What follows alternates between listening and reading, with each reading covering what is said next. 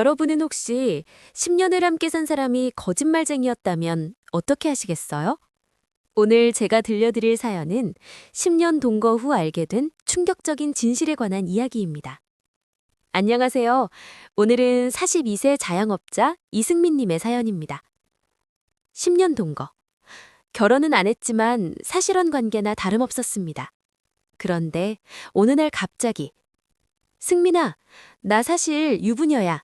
남편이 암 걸렸어. 돌아가야 해. 충격이었죠. 하지만 더 큰 충격은 그 다음이었습니다. 위자료 1억 내. 안 주면 고소할 거야. 법원에 갔습니다. 그리고 제가 제출한 증거를 본 순간 법정이 술랑였습니다. 제 이야기는 2015년 봄으로 거슬러 올라갑니다.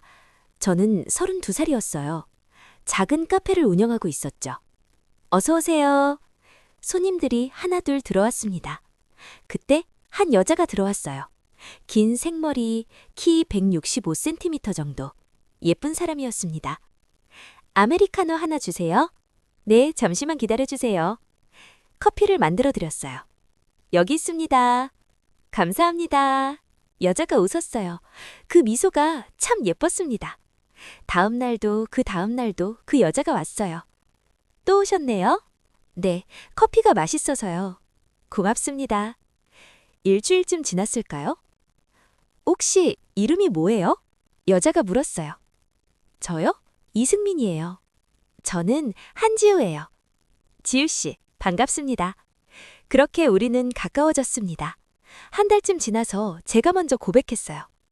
지우씨, 저 지우씨 좋아합니다. 저도요. 정말요? 네. 우리는 사귀기 시작했습니다. 2015년 6월, 교제 3개월이 됐을 때였어요. 승민아, 나 물어볼 게 있어. 응? 뭔데? 결혼은 생각 없어? 결혼? 당연히 하고 싶지. 그럼 나랑? 당연하지. 근데 왜? 지우가 잠시 망설이더니 말했어요. 사실은 나 결혼에 대한 트라우마가 좀 있어. 트라우마? 응. 부모님이 이혼하셨거든. 어렸을 때. 아, 그래서 결혼이라는 게 좀 무서워. 그럼 우리 결혼 안 해도 돼. 함께 있는 게 중요하지. 정말? 응, 결혼이 중요한 게 아니잖아. 지호가 저를 안았어요. 고마워, 승민아. 그때는 몰랐습니다. 그게 거짓말인 줄. 2015년 10월, 우리는 동거를 시작했어요. 승민아, 우리 같이 살자. 좋아. 작은 원룸을 얻었습니다. 보증금 2천만 원, 월세 50만 원. 제 돈으로 계약했어요. 여보, 이제 우리 집이야. 응, 좋다. 행복했습니다. 매일 아침 함께 일어나고 저녁에는 같이 요리해서 먹고. 여보, 오늘 저녁 뭐 먹을까? 파스타 어때? 좋아. 주말에는 같이 영화 보러 가고 산책도 하고. 승민아, 손잡아. 응, 완벽한 연인이었어요. 하지만 이상한 점이 있었습니다. 지우는 가족 이야기를 절대 안 했어요. 지우야, 부모님은 어디 사세요? 부산? 언제 한번 뵙고 싶은데. 나중에. 명절에는? 나 언제 보내러 갈게. 같이 가면 안 돼? 아직은 안 돼. 이상했지만 강요하지 않았어요. 트라우마가 있으니까 그러겠지.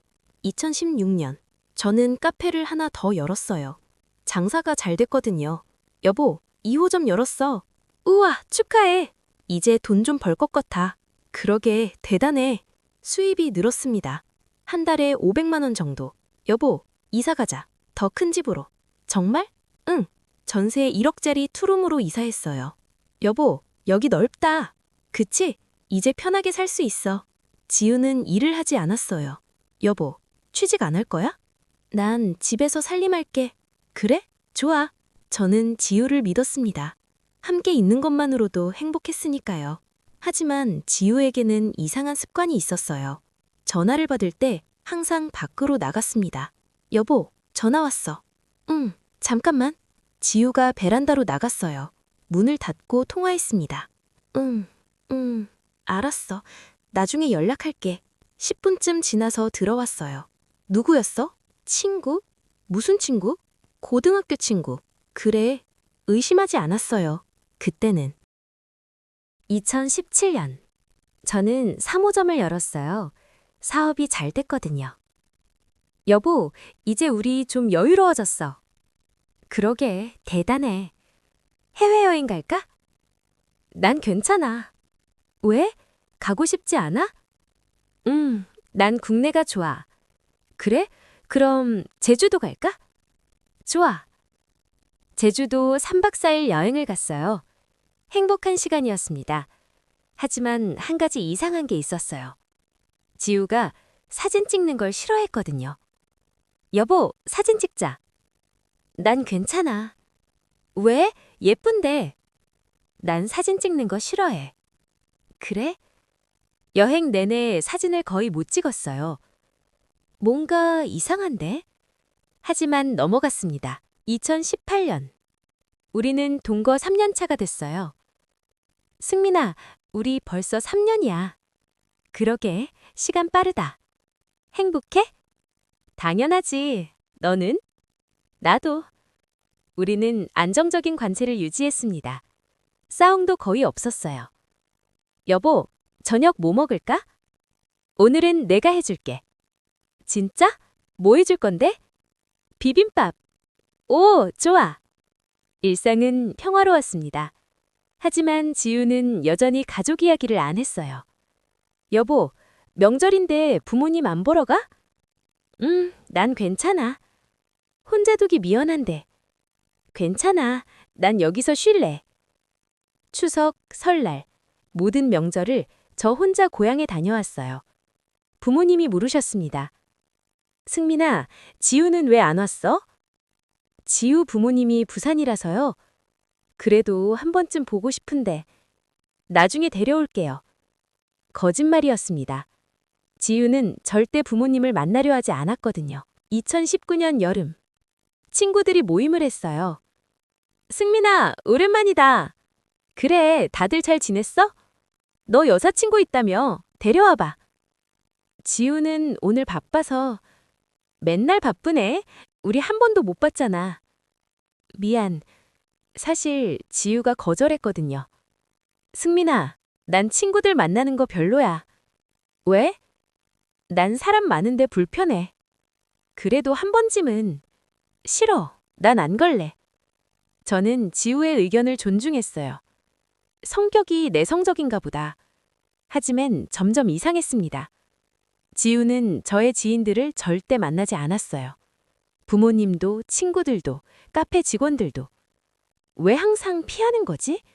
의문이 들었지만 물어보지 못했습니다. 2019년 가을. 저는 지우 핸드폰을 우연히 보게 됐어요. 지우가 샤워하는 동안 핸드폰이 울렸거든요. 전화 왔는데? 화면을 봤습니다. 여보. 여보? 누군가가 여보라고 저장돼 있었어요.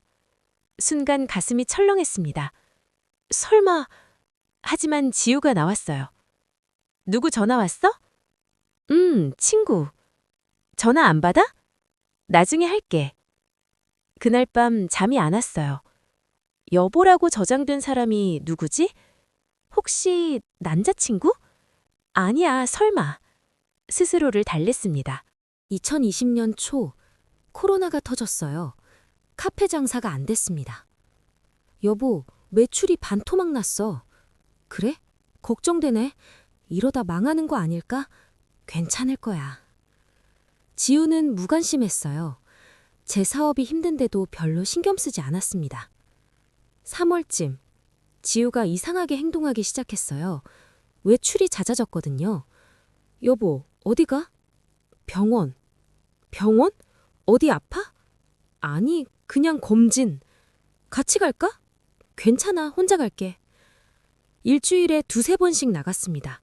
여보, 요즘 병원 자주 가네? 좀 안 좋아서. 뭐가 안 좋은데? 큰 병원 가볼까? 아니야, 괜찮아. 뭔가 이상했습니다. 5월, 지우가 울고 있었어요. 여보, 왜 울어? 아니야, 아무것도 아니야. 무슨 일 있어? 없어. 지우야, 나한테 말해봐. 정말 아무것도 아니야. 그날 밤 지우는 계속 울었어요. 이유를 말하지 않았습니다. 7월, 지우의 전화가 더 잦아졌어요. 하루에도 몇 번씩. 응, 알았어. 조금만 기다려. 항상 밖에 나가서 통화했습니다. 여보, 누구야? 친구. 무슨 친구가 맨날 전화해? 그냥 고민 상담 좀 해주는 거야. 그래?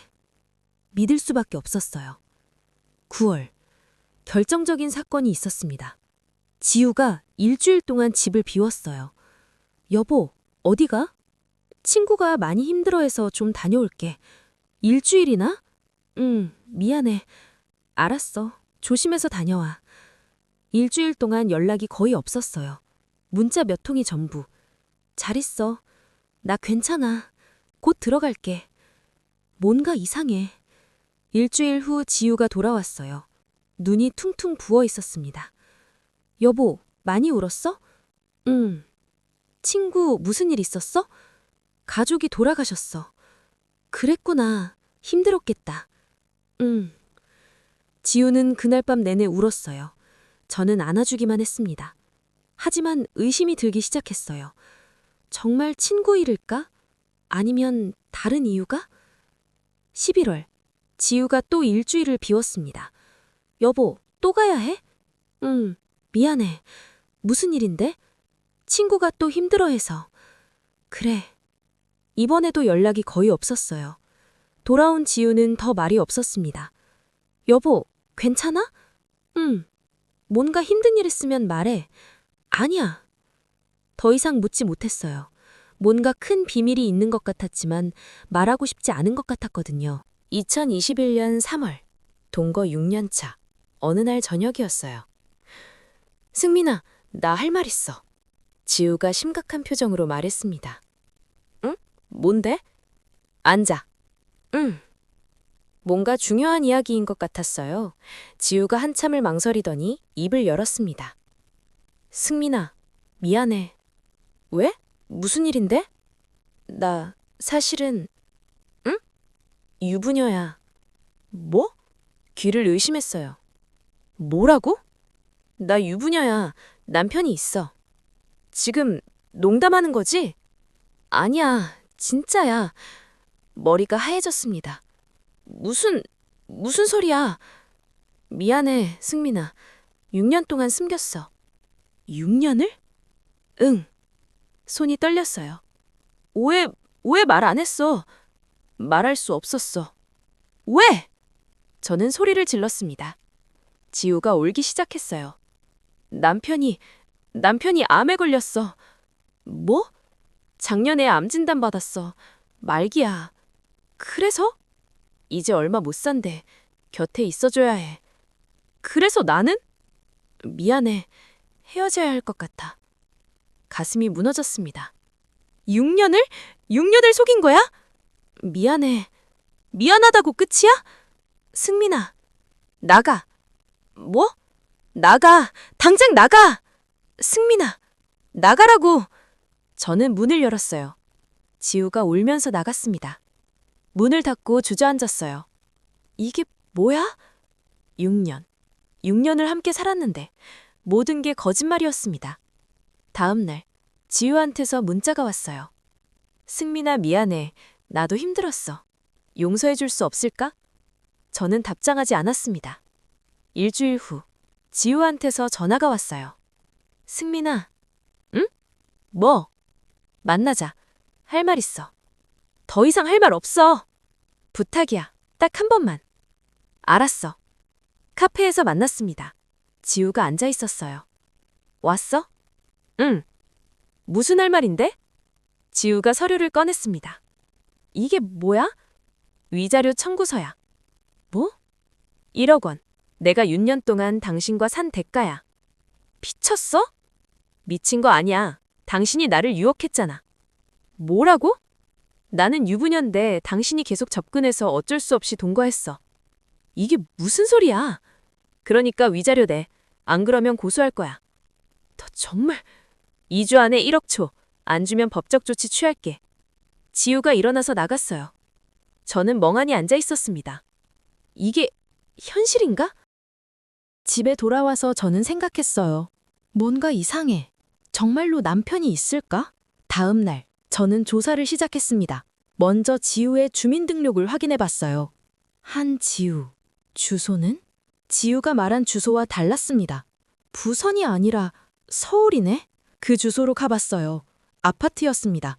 여기가 초인종을 눌렀어요. 누구세요? 남자 목소리였습니다.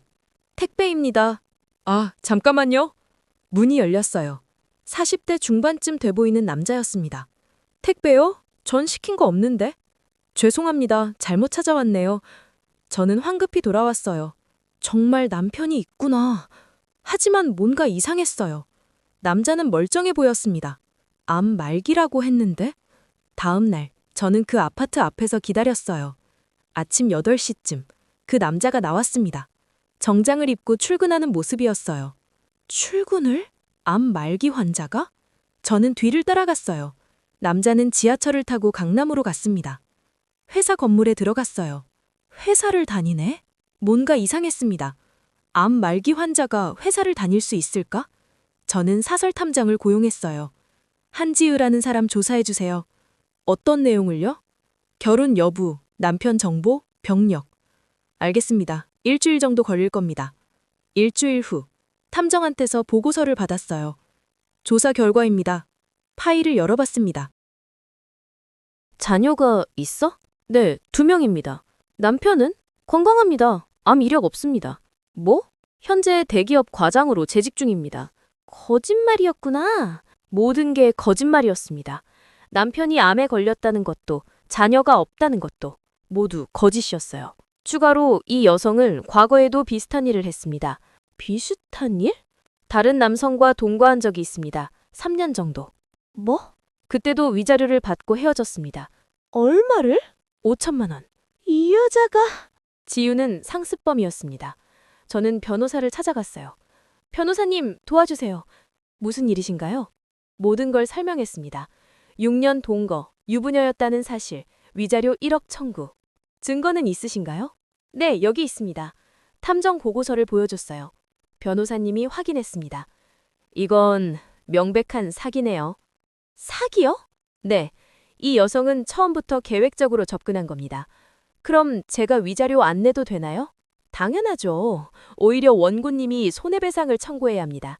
손해배상이요? 네, 6년 동안 사기를 당하셨으니까요. 얼마나 받을 수 있을까요? 최소 2억은 가능할 것 같습니다. 2억? 네, 그리고 형사 고소도 가능합니다. 형사 고소요? 네, 형사 결혼 사기죄로 고소하시면 됩니다. 저는 결심했어요. 진행해주세요. 5월 20일 법원에 소장을 제출했습니다. 손해배상 청구 소송, 청구 금액 2억 원. 며칠 후 지우한테서 전화가 왔어요. 야, 이승민, 이게 무슨 짓이야? 무슨 짓은 네가 한 거지. 소송? 너 미쳤어? 미친 건 너야. 6년 동안 나를 속였잖아. 그건 법정에서 보자. 전화를 끊었습니다. 6월 15일 첫 재판날이었어요. 법정에 들어갔습니다. 지우가 앉아 있었어요. 저를 노려보고 있었습니다. 손해배상 청구 소송을 시작하겠습니다. 판사님이 말씀하셨어요. 원고 측 주장하세요.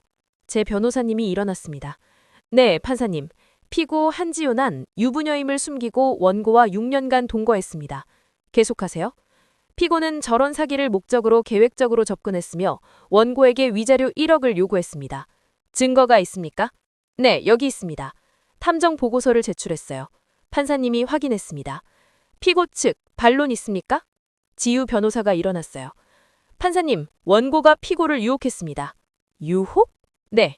피고는 유부녀라고 말했으나 원고가 계속 접근했습니다. 증거 있습니까? 준비 중입니다. 준비 중이면 다음에 제출하세요. 판사님이 차갑게 말씀하셨어요. 제 증거가 더 있습니다.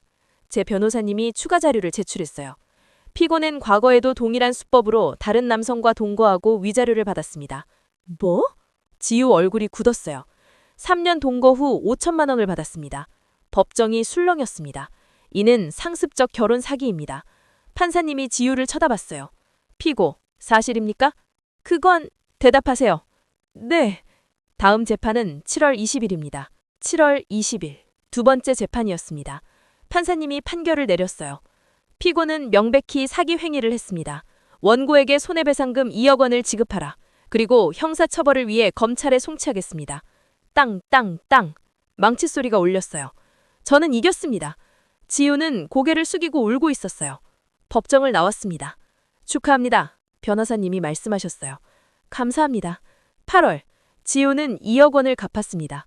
그리고 형사 처벌을 받았어요. 징역 2년, 집행유예 3년. 저는 모든 걸 정리했습니다.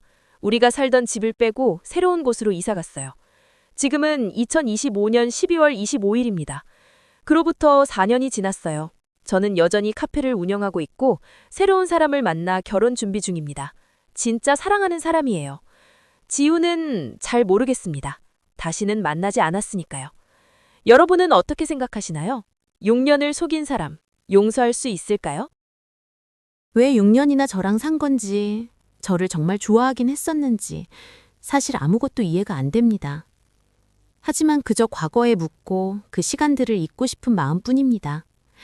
인생에서 가장 큰 쓴맛을 보았지만 그래도 새로운 사랑을 시작하려고 합니다.